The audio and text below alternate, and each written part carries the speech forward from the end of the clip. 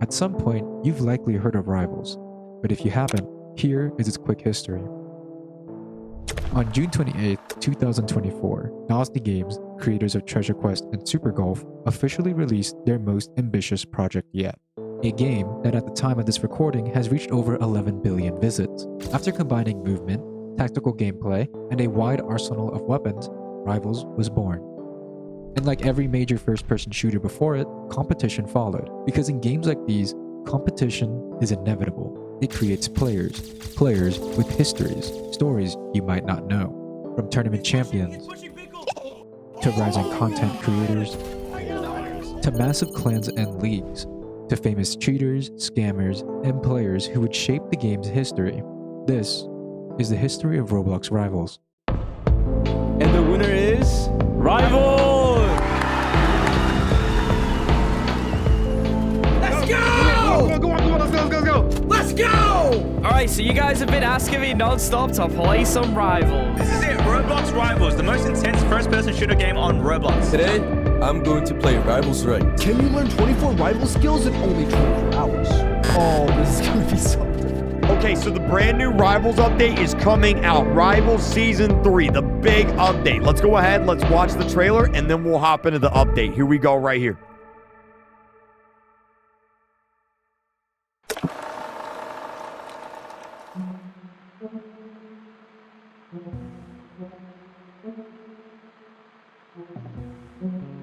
Before Ranked, before the Christmas and Halloween updates, and even before Free-for-All, Rivals was simple.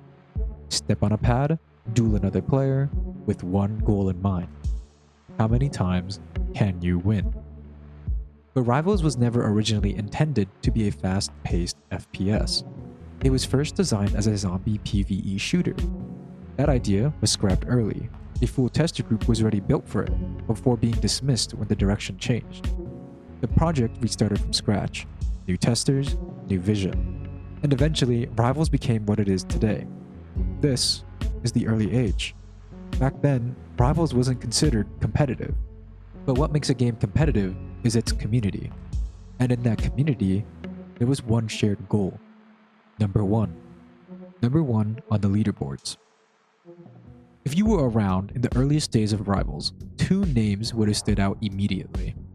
Cassie, also known as Caskets, and Andrew, or Andrew X FPS. At that point in time, Rivals wasn't defined by tournaments or ranked systems. It was defined by one thing: win streaks. The goal was simple: don't lose. But the system behind it made that far more complicated than it sounded. Because in Rivals, losing didn't just reset your progress.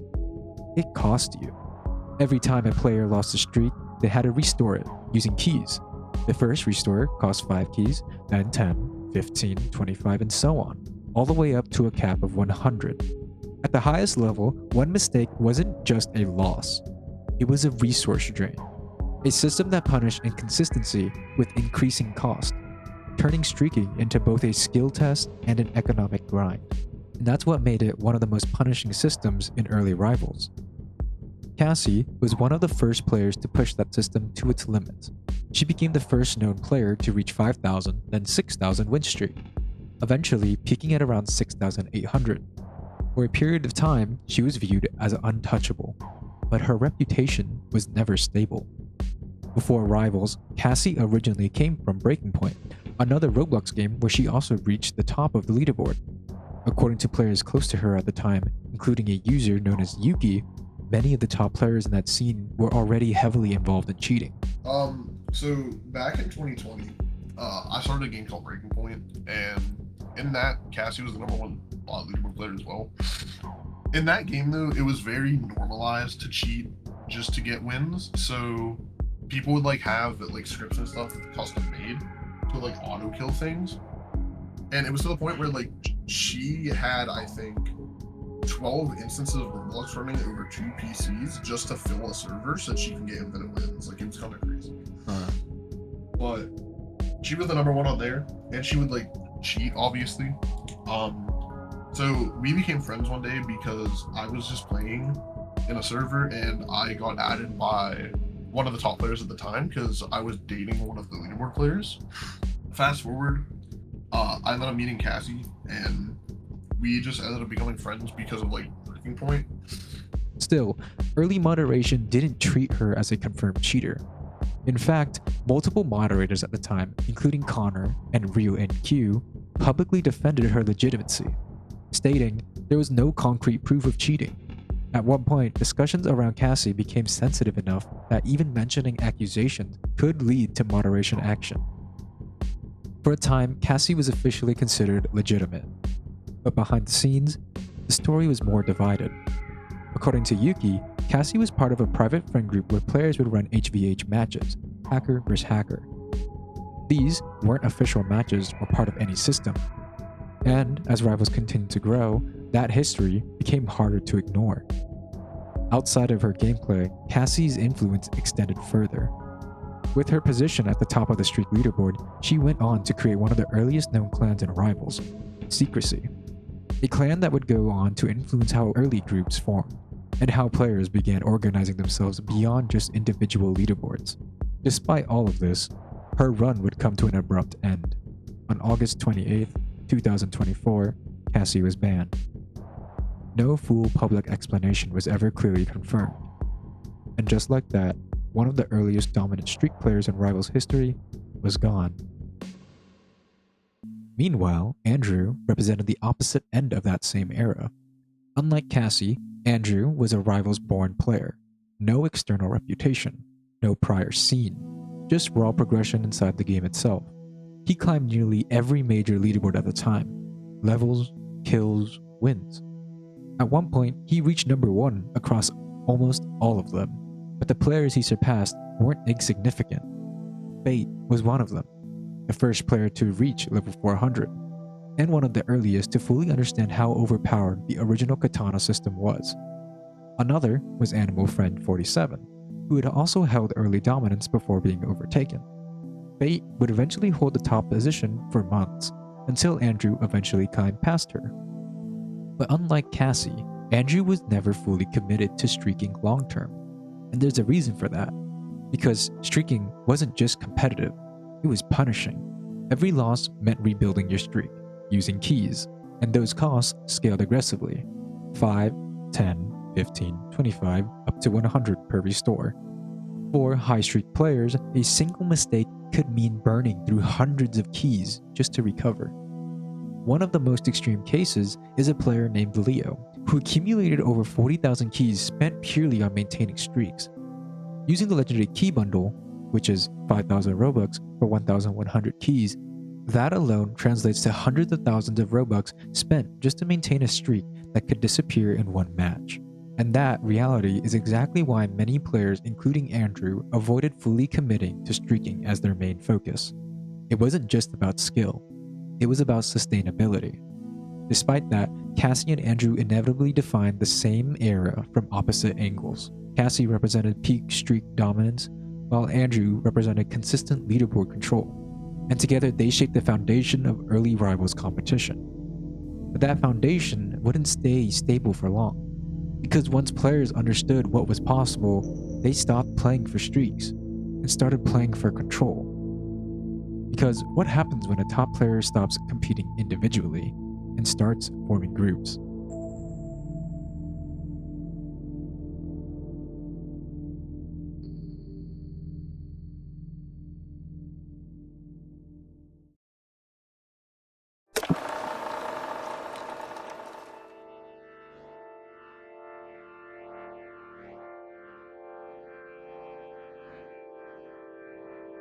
These were the original clans that took over Rivals leaderboards: Arceus, Sync, TNTS, and Zenith. All formed within months of release. One of the first clans to popularize tags was Zenith, or ZT, a Europe-based clan that quickly dominated leaderboards, with players like Andrew holding multiple number 1 positions across every board, while Cassie still controlled the win streak board. ZT's roster expanded quickly, including names like Blix, Sox, Chrome, and eventually Sedated, a player who would surpass Cassie's streak, and one of ZT's most notable additions, Snappy Fuji. But Zenith wouldn't remain alone at the top for long. Sync would rise shortly after, Founded by players who met through Nosniys looking for group Discord, Fendi, Supa, and Velo, the original 3. Sync would eventually become the largest clan in Rivals history, with over 40,000 members in its Discord today. Another rising force was Arceus, also known as Art, a clan built around pure mechanical skill, not leaderboard placement, not streaks, but raw DL performance. Default loadout. Oh, it's a 1v2. Can the big site win a 1v2? That is the question to see. Oh, crazy shot. He gets one. Hit in a second. There's no way. He's on my Nox gets his hair trimmed off there, and he catches him off guard. There's up there. No 10 damage. Muggy stays. He tracks in. That's what he needed. Oh no, they've caught triple off guard. Triple's in there in a 1v2. Oh wait, what does Triple do? Triple's full HP. What happened? What happened, Ricky? What happened?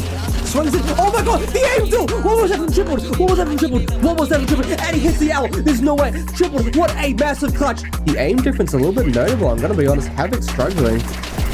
Yeah, Kanashiiy just reliably hitting shots that most players wouldn't. See if the reload Muggy swinging him. He gets one in a second. Ricky's pushing him. Anything can happen and CX wins it. Oh my lord.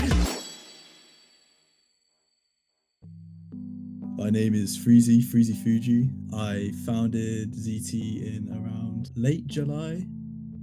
So Sync was made the September 26th of 2024, very early in Rivals, bro. Arc was originally a clan that I wanted to start like the beginning of 2024.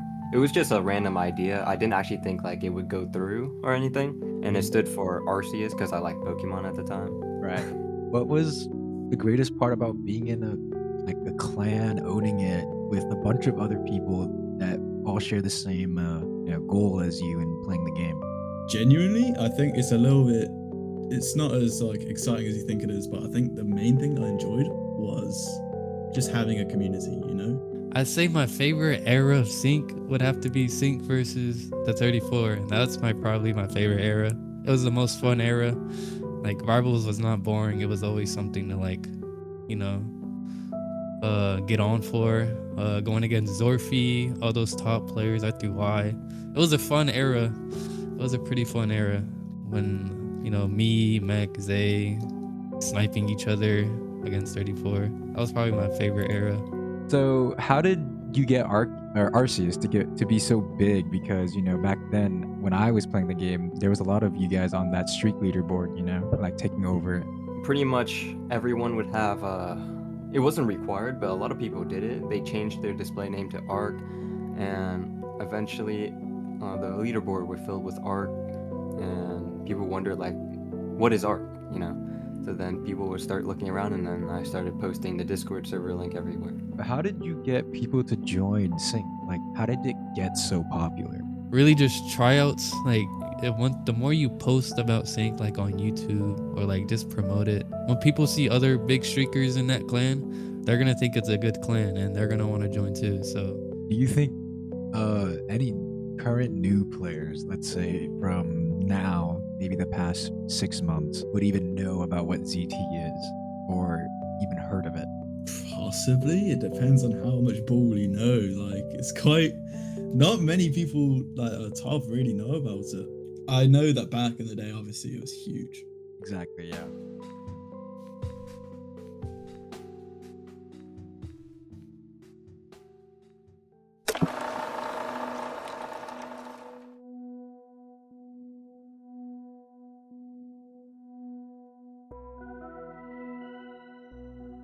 Now, if you play Rivals or even watch creators in the scene, you've probably heard of one name before: RCL, the Rivals Competitive League, Rivals' largest league to date.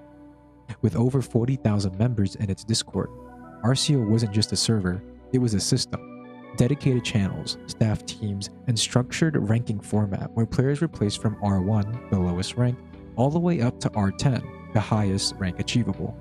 At the time, Rivals itself had no official ranked game mode, so RCL became the closest thing to competitive structure the game had ever seen.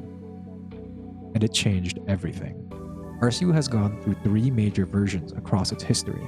The first iteration was created by an unknown founder, and despite my extensive attempts to trace its origin, the creator remains unidentified to this day.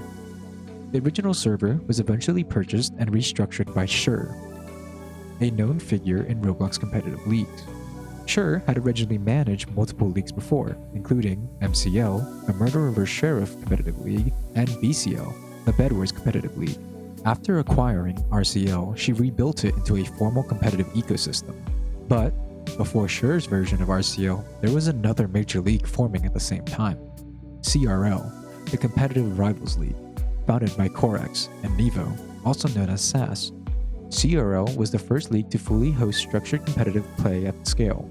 It introduced tournaments, rank progression systems, and prize pools on Robux. Some of its most notable players included Snappy, Philhood, Cxteo, Sworn, Enrique, Bubba, Uni, and Czar. However, as the scene grew, so did instability.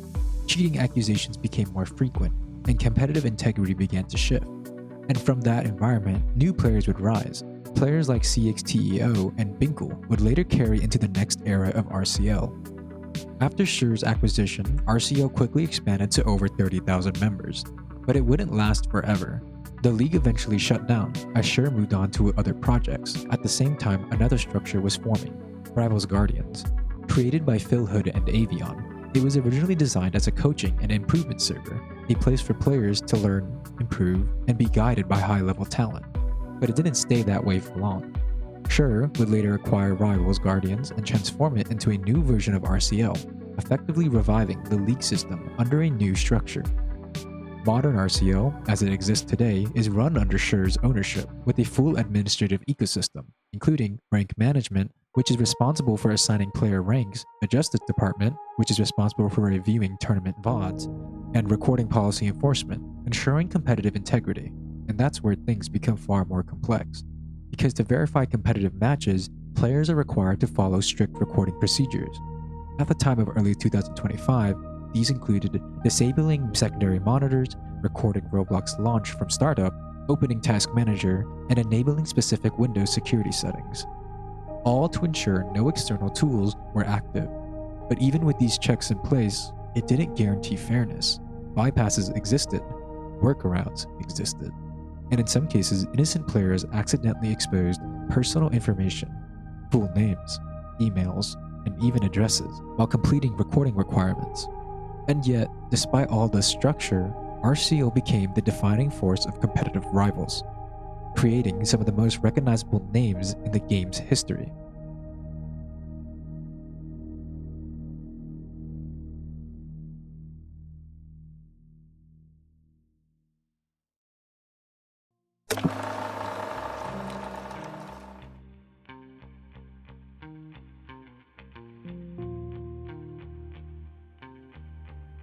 There are many cheaters in Rivals history, but one name stands above the rest.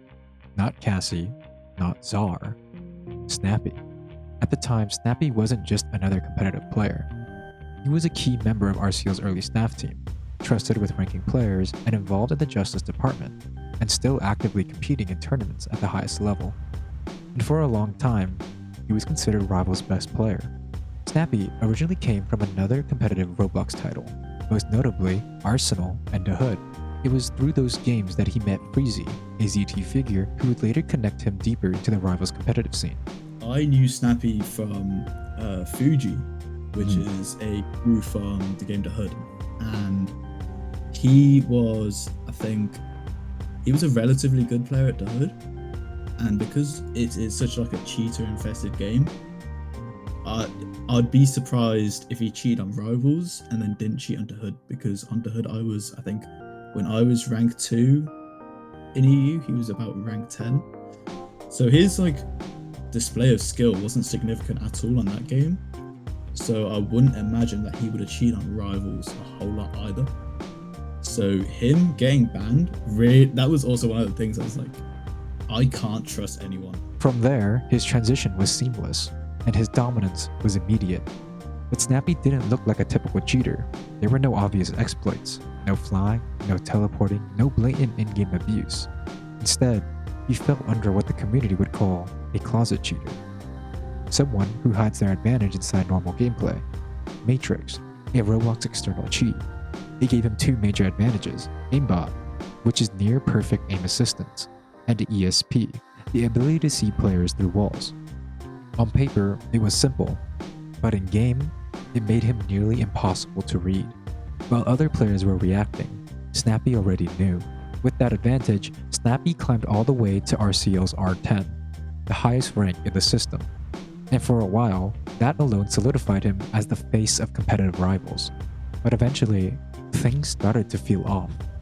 It began with the small details, tournament VODs being replayed, spectator clips being rewatched, moments where his crosshair never left the target, angles he seemed to predict before they happened, pre-aims that felt too consistent to ignore.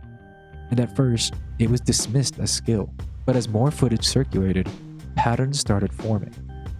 And in a game built on precision and timing, patterns don't stay hidden for long. Then, the clips started spreading. Most notably through analysis done by Korax, who began breaking down Snappy's gameplay frame by frame. Slow motion, angle tracking, replay comparisons, every moment scrutinized. Still, nothing was officially confirmed, but the conversation had already shifted. It was no longer about whether if he was good, it was whether if he was legit. The breaking point came during an RCL 2v2 tournament. Snappy and his teammate Anchor reached the finals against Scooper and Triple, which Snappy won. And as part of RCL policy, Snappy was required to submit his full recording to the Justice Department. And he did, but that recording would later be sent from a Justice Department member to be reviewed by Cxteo, a top player in the competitive scene, who'd reach R10 mid in RCL. And what he found changed everything. During the recording, while Snappy briefly opened Task Manager, CX noticed something in the corner of the screen. A file, an executable. The file name was new UI matrix.exe. Matrix. Still running.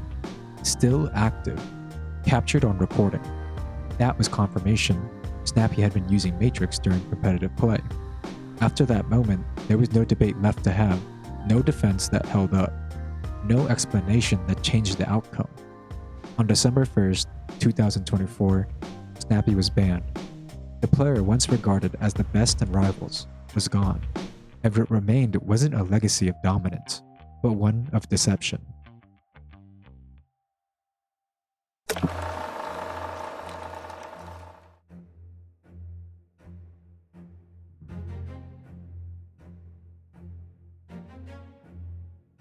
And what remained wasn't just the ban, it was a moment the entire competitive scene felt.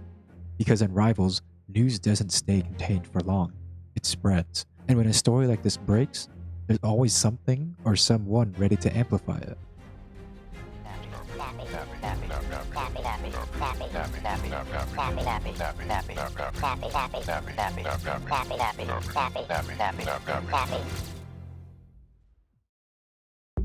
Rivals Media and Rivals Cheating Registry, RM and RCR.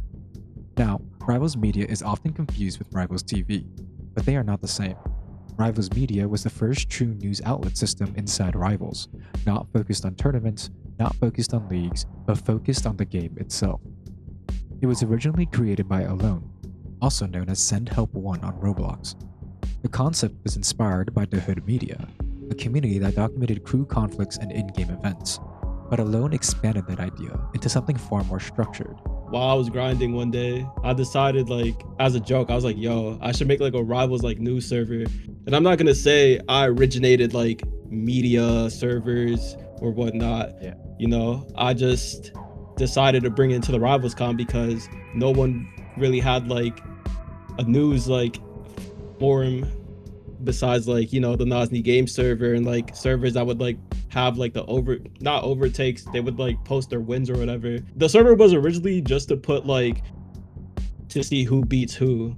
That's what it was. And like I just migrated news in it as well. And I didn't expect Rivals Media to be what it was. Like it was just like a big joke. It was like for fun at one point.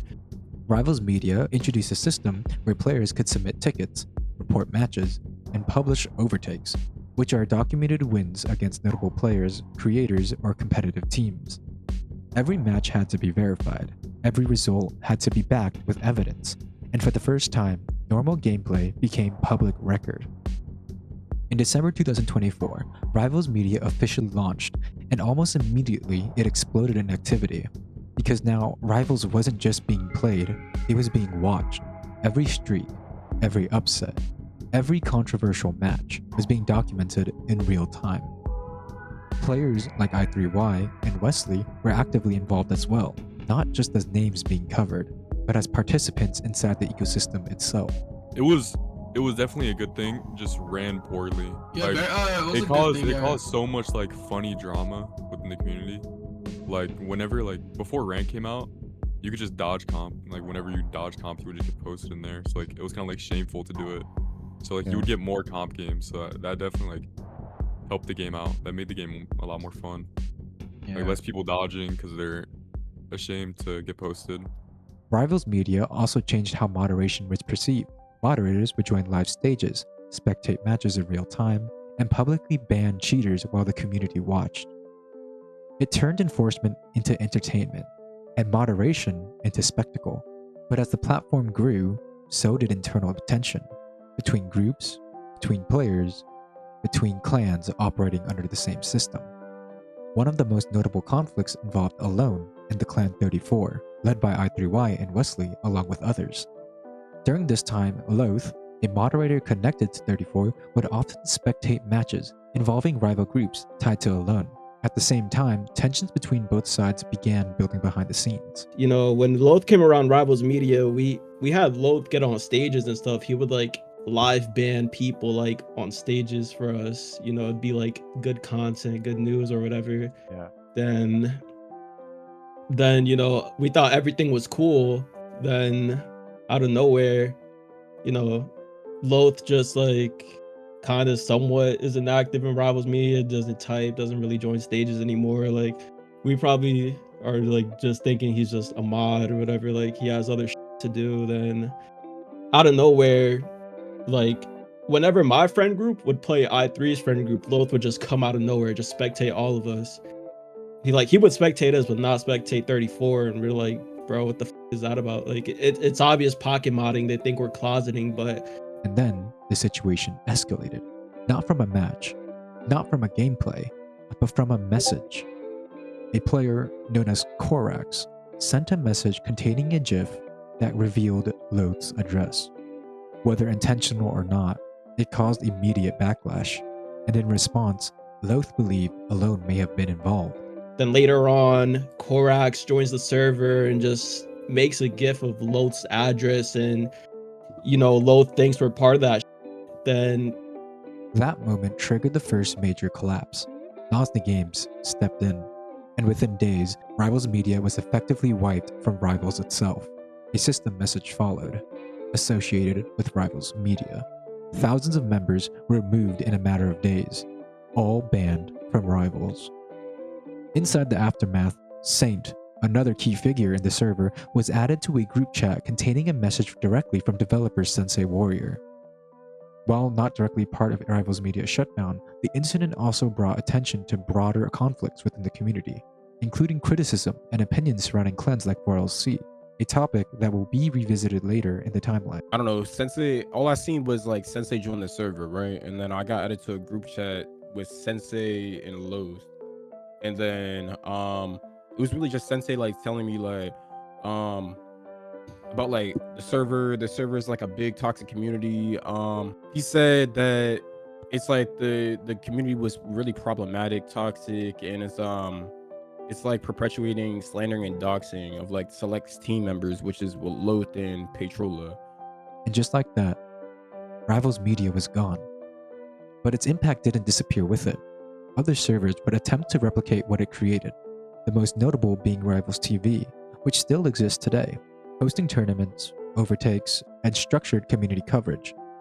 But none of them fully recreated what Rivals Media was, because Rivals Media wasn't just a server. It was the first time the game itself had a public memory, and even after its shutdown, the idea it introduced never really left the scene.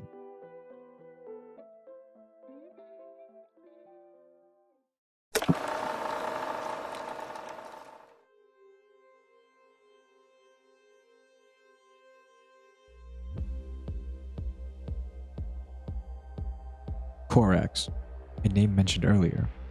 Most people would call him a villain in Rivals history. But that label didn't start there. It came later.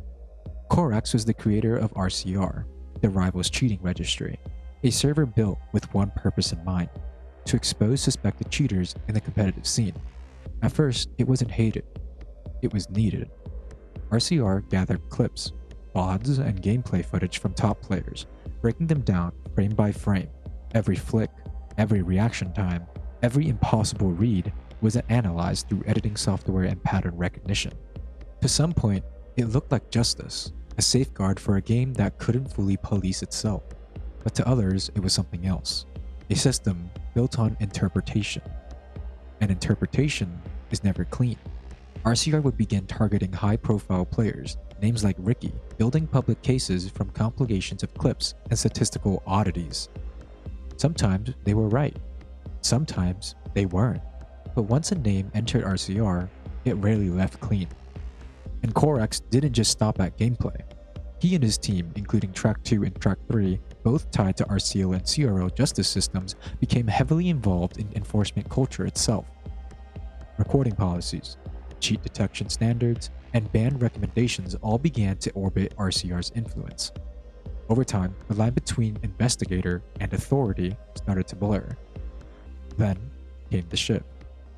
One of the most controversial incidents in Rivals history involved game moderator Loath, where personal information was allegedly shared in connection to RCR-related escalation. Whether directly or indirectly, the damage was irreversible. Trust in RCR began to fracture. And then came Shaman. On April 18, 2025, during what was supposed to be a routine PC check conducted under SEPIX, the process was weaponized.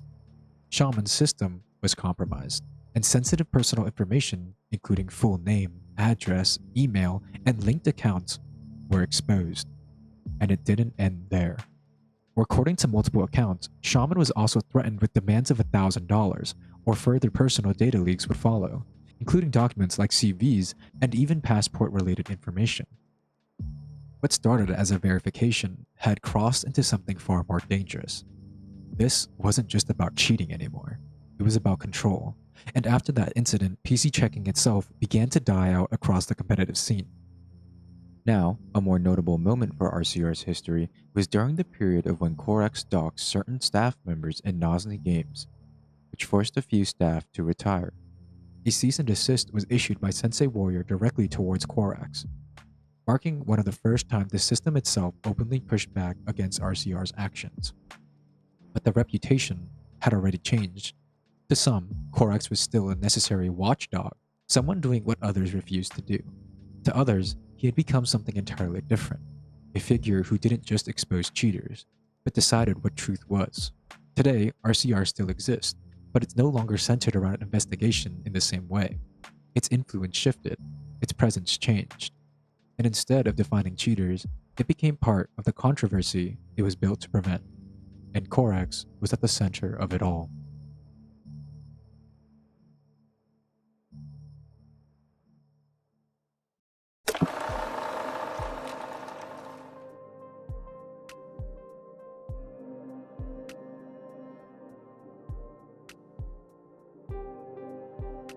Now, I consider this the middle point in Rivals history, the part where everything begins to shift, and the tone of the game slowly changes. The Middle Age, a period where many of the original OG teams and identities start fading out of the picture. Clans like ZT, Arceus, and others that once dominated leaderboards and conversations begin to disappear, not always in one moment, but gradually. As players lose motivation, move on, or step away from the game entirely. A major reason for that decline was simple, the same question that kept echoing throughout the entire community. Where is Ranked? Even after almost a year of anticipation, Ranked was still not fully released. Despite constant teasing and expectations from the player base, that absence created a gap. And over time, that gap started to affect activity, structure, and competitive drive. But even in that shift, one clan managed to hold its relevance: Sync. While other groups faded, Sync adapted and remained present, continuing to maintain influence within the evolving scene. And with older competitors gone, new structures began to form. One of them was a name mentioned earlier, 34. 34 was a secluded invite-based clan, similar in nature to older groups like Secrecy. Unlike most clans that relied on tryouts and open recruitment, 34 operated through connection. To join, you either had to be invited directly or earn your way in by building trust with someone already inside. Even if you weren't part of the inner circle, the community still existed through their Discord, but the core of 34 remained tightly closed. Unlike many competitive clans, 34 wasn't built around constant rivalry or structured competition. It was more casual in nature. They would still clash with other groups, but it rarely escalated into large-scale drama. They did participate in identifying and removing players, and occasionally assisted with gathering evidence of suspected cheaters. But that wasn't what defined them. What defined 34 was what happened after. Hey, just sit at the table, you can't get for it. Sinus is full true. blatant. These are like Let's number one gen. No way. Yo, sit down if you don't want to get flung.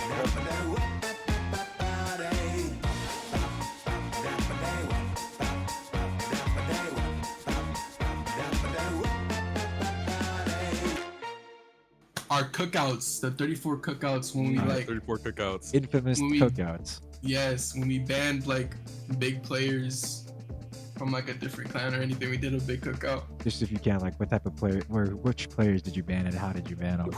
We banned the majority we banned Sync. We still ban them to this day.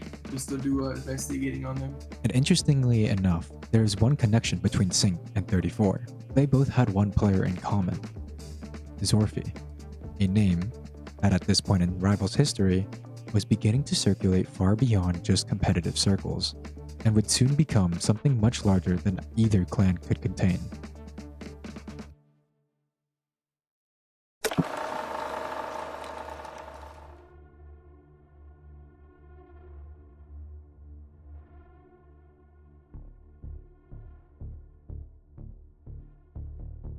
By the time Zorfi was rising to popularity, the game itself was on the verge of a turning point.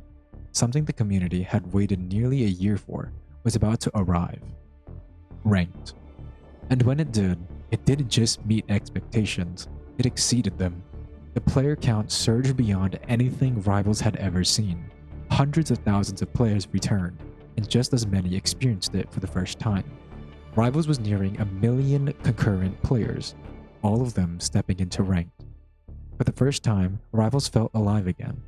And in moments like these, when an entire game shifts overnight, new names begin to surface. Not because they appeared suddenly, but because the environment finally allowed them to be seen. Zorfi was one of those names. At first, he wasn't widely recognized by the public. He started like everyone else. But unlike most, his rise was unusually fast. Not because he was dominating every leaderboard, but he still reached RCO's R10, a rank only a handful of players have ever achieved, and within the competitive community, that alone was enough to put his name on the map. But rank changed what famous actually meant in Rivals. It wasn't just about wins anymore, it was about visibility, and Zorfi understood that early. While most players focused on grinding elo, Zorfi focused on something else. Short clips, highlight plays, and subtle disses towards other top players. Moments that were designed to gain traction and act.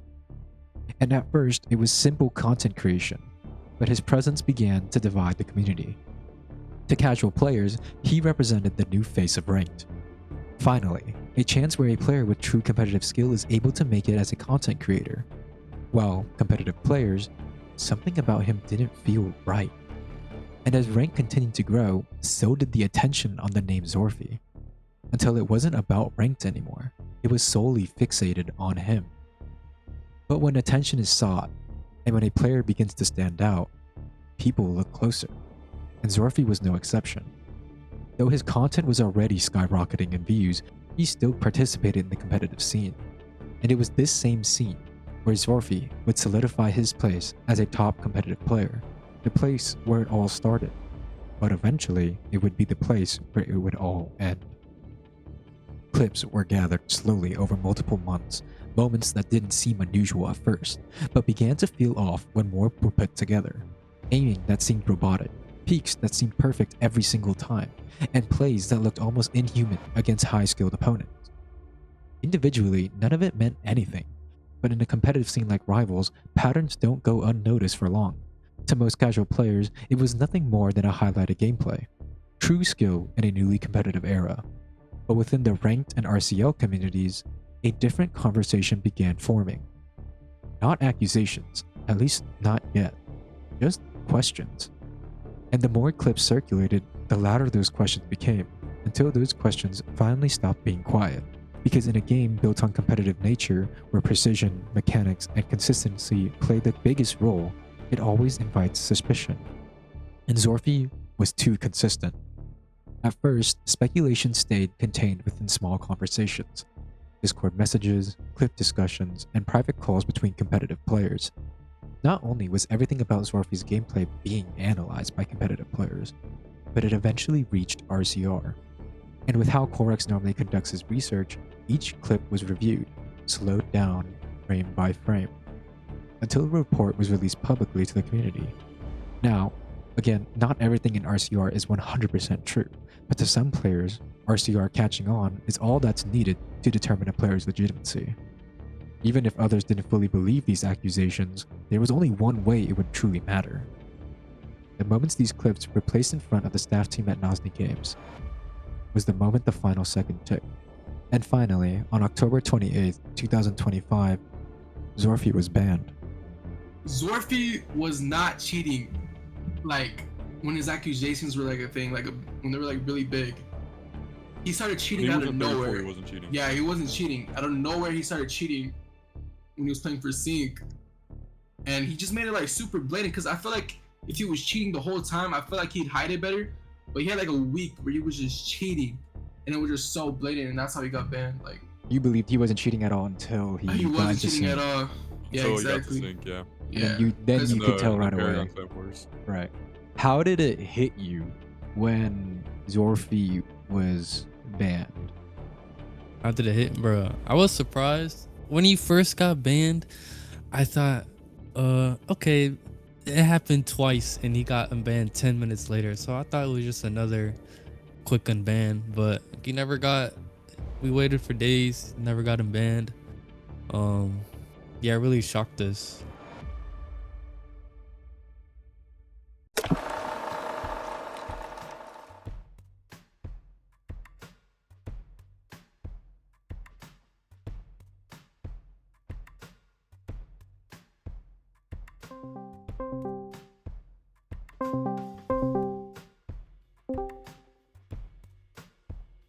Zorfi's been posting, so what do you think about? What do you think about him posting?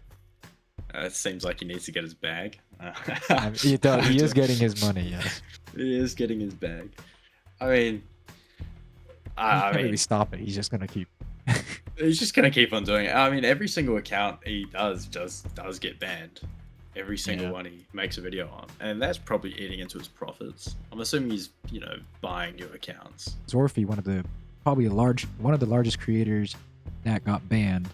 Do you have any insight from banning like players of massive calibers like that, like high streak or high popularity character players, and like how did that handle it? Could that go through more of a mod team? Did you just handle it by yourself? Or was that discussed with multiple people before, eventually hammering them down?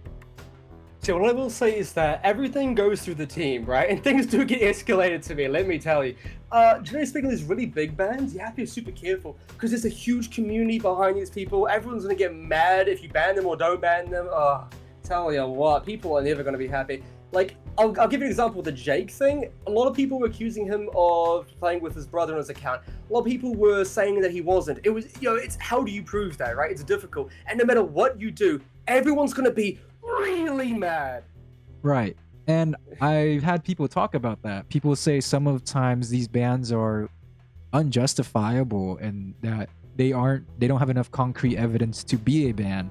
And Jake got leaderboard banned. Some people are saying that the ban was definitely needed because everybody knew he was doing it, but there's a lot of other people who say he never did that.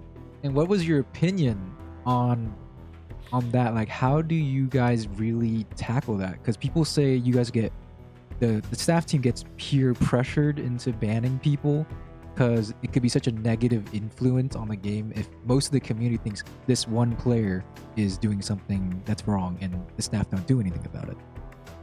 One thing you have to keep in mind is that often the staff team has more information than what you may have. So when a player gets banned unjustifiably, maybe there's something more to that. A good example would be a player like Ashley, who was banned because his personal friend, who was in a match hundreds of levels ago, saw him start flying and didn't bother reporting that until hundreds of levels later. Then everyone went, wait, why did this guy get banned? They didn't know that he was cheating the whole time because no one ever bothered sharing that evidence. I mean, we try and do as many tickets as possible. You know, I tend to do upwards of 2,000 a day. Right. Wow.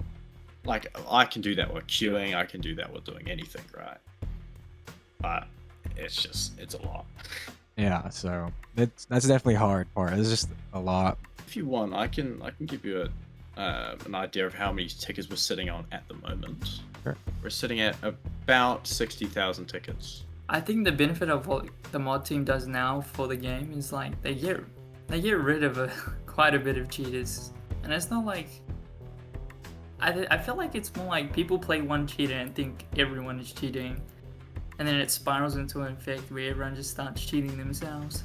Now, I also did ask questions about the anti-cheat, and moderators such as X and Brazy have both vouched that the anti-cheat does indeed work, and quite frankly does even more bans than moderators do.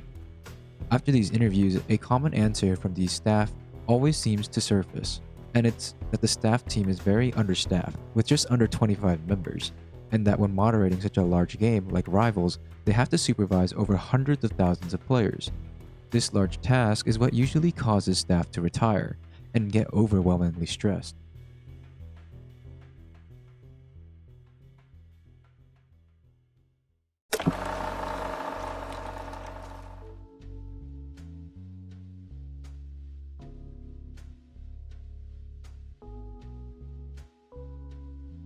What made you get into the game Rivals before you ever started making content? Ooh, okay. So I was on vacation. This was almost 2 years ago. I was on vacation in Japan, and I only had this low power laptop with me that can't really do much. So I decided I should go on Roblox, which I used to not be very active on Roblox, but I looked at the homepage and I just saw in my suggested Rivals. So I decided to play some random queue 5v5s, I think, and it was pretty fun. And I kept playing it from there. And when I got home, I had even more fun because I had an actual computer at the time. And yeah, that's what initially got me into Rivals. I was doing some content on my real life. I was kind of like a matchmaker where I go on the street and find people with their loved ones and stuff like that. And then I also was a hairdresser and stuff. And then, but there's a kind of Christmas night I was in an event, and then I got really tired. It was like a party event, and then I have to come back home in the morning, drive, and then I was driving and I went into a car accident, and that accident kind of almost killed me a bit. And then so my foot was broken for a while. I couldn't walk, and during that phase I couldn't do anything. But I wasn't really that worried since I have other stuff on the side. But I'm just saying, couldn't move. It was really low in my life, because I like to move a lot. And then so I got to do something. So Rivals kind of blew up at that time. My son Tempest, he told me, yo, there's a game called Rivals. I'm like, what it is? At the time, it was just on the pad. So after the first time playing it, I kind of got addicted to it really quick. So I was like, you know what? How about try to play and see how good I am. I feel like I had the potential to be better than among other players because I was at level 20 and I'm already taking 100 win streak or 200, So I was like, yo, this game is actually kind of for me. So I just started playing, and I was playing about 20 hours a day because getting to top 1, was my goal. So really adrenaline, you know, I was like trying to pass everybody. So I was doing 300, 400 at times a day win streak until I got to top 1. That's like after 2 to 3 months. Yep. Right. And after you reached the #1 win streak, how'd you feel after you accomplished your goal of taking the #1 spot? It felt kind of like happy for a minute, but at the same time, I don't want to lose it. So after I got it, because I know if I don't lock in, people is gonna pass me. So I didn't really celebrate for too long, and I just get back to the grind and then start making content. Yep. What was it like, and why did you all of a sudden find this game called The Rivals, and what made you play it? Funny enough, I actually had a lot of friends who started doing YouTube channels on Rivals, and so I was like, okay, I guess now I'm gonna try doing Rivals since I want to start YouTube, and here we are. So one day I was just scrolling on TikTok and I would just see these streamers on TikTok play this game, and it happened to be Rivals, and you know, I used to play a lot of Valorant and I wanted something different, and I barely played Roblox back in the day, so you know, I wanted to try it more, get into that, and I played the game and it was pretty fun. Actually, I saw one of my older friends. I think his name was Exactly Nothing. He did Bevels because I used to play Bevels as well. I saw he was making videos on the game, so I actually originally tried out the game to make videos on it, but I ended up like really enjoying it. So, what made you want to start making your first ever content pieces? TikTok, YouTube, yeah. See, my very first video on Rivals was like a year and a half ago. It was going against some comp players. When I played my very first comp game on Rivals, I was like, wow, it was so exciting. I recorded it and I wanted to post it on YouTube, and it got a good 1,000. Right now it's at like 5,000 views. I was like, wow, people actually like this stuff. And you know, I played more comp games, you know, post that more on YouTube, and people started watching it. I post a montage, people like that too. And I was a control player back then. Nobody was very playing controller back then, so they thought I was different, and people liked it. So I was like, I can probably make something out of this. So I started making more videos, and it started to come all along. I promoted Sync on it. So yeah, at this day, I'm pretty much known as one of the most popular controller players in this game right now. Right. Just standing out really from other players. So after I won my first tournament against Zorfi and Flix, I realized that Zorfi was like a really known player, and I realized I have YouTube potential because I like talked to Philhood a lot in Paragon. That's where I first started, and then after I posted that first video, it did decent, and I liked making content, so I just wanted to keep doing it. Now I'm trying to post every week. Do you have any advice if new people, like brand new people, wanted to start a channel and start creating? What would like one advice you'd give them, or a few couple advices you'd say? Not gonna lie, like being consistent and just posting daily until you have a video that does good, and then you start building a fan base is what I would do. Like Roman, he doesn't have too many big videos, but he's consistent on live streaming every day, and like he live streams at least for like 2 hours every day, and that like he's growing because of it. So I think just consistency is what you want to like target, just being consistent, posting every day. Right. People, they just think about starting and they're too scared to, or they put too much planning behind their first video, and when it doesn't do well, they get discouraged. But that's not how it should work. You should first just create stuff for your fun and then improve upon it from your own thinking or other people's input, whatever. If you want to start a channel, you just really have to work hard on it, because it's not going to be easy. I would say is out of a lot of you guys, just a few is going to be able to do it. And then achieving is the first step. Be able to stay is the harder one, you know? So I said you really have a lot of passion, and then if you don't have a little bit of money to start with, I said you're gonna burn out energy, because it really takes a lot of money. I said at the start, if you don't have something to start with, bro, I say you gotta start early. And then if you think going to school is your goal, then just go do it, you know. But if you're in school right now thinking about gaming, then you're living a double life. And if you want to be the best in something, how can you have double life? I mean, you got to give it all. That's what I'm saying. Yep. I would say try to be different, but I know a lot of YouTubers like copy each other. I mean, you could take their popular videos and then make it your own special way. I feel like that's like the best way, you know, take something that's already popping and do it differently. Consistency and constantly learning. Learn what AVD, CTR, and just know like what is a good idea, what's a bad idea, and pacing. So, but mainly consistency. That's what I'd recommend. Just have fun, honestly. I didn't really originally do it to become popular. I just wanted to have fun and get to know people in the community. So, but if you're like trying to take it seriously, find what to improve every single video. Because if you're not improving yourself every single video, you're just going to get the same results. So, know what your video is going to be about.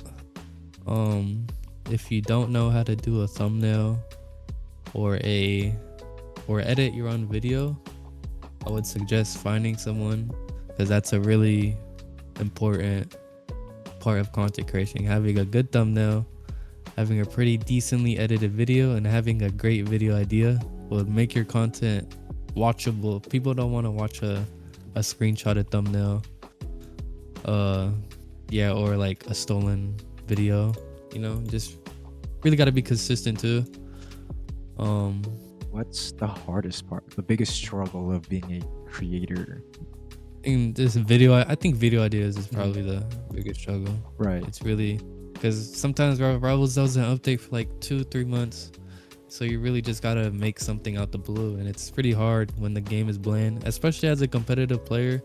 Some players don't like doing the boring content, and it's just kind of hard to think of what to make content on, you know, when all you do is just play competitive. So I'd say that's the hardest part, just video ideas. What's your favorite part as being a creator? My favorite part is probably being able to produce something for other people's enjoyment, I guess.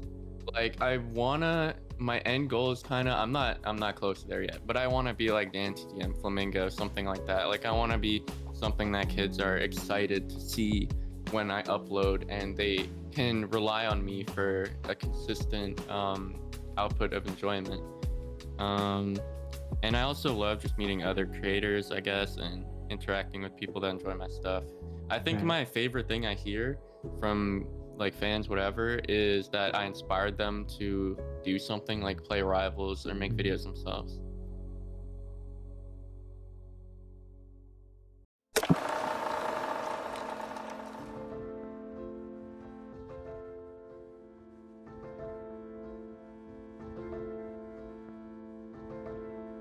The new age is now, and with Rivals, you never know what is going to happen next.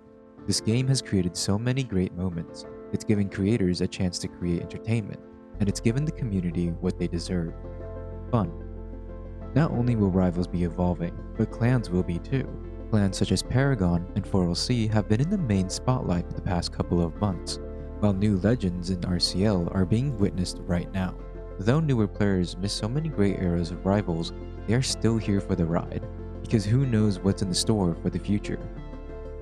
This game creates stars. New creators such as Incublocks have been recently gaining lots of traction, and new game records are being broken. Roman, Swift, and so many more players are pushing this game past the limits and creating even higher ceilings. This is the history of Roblox Rivals.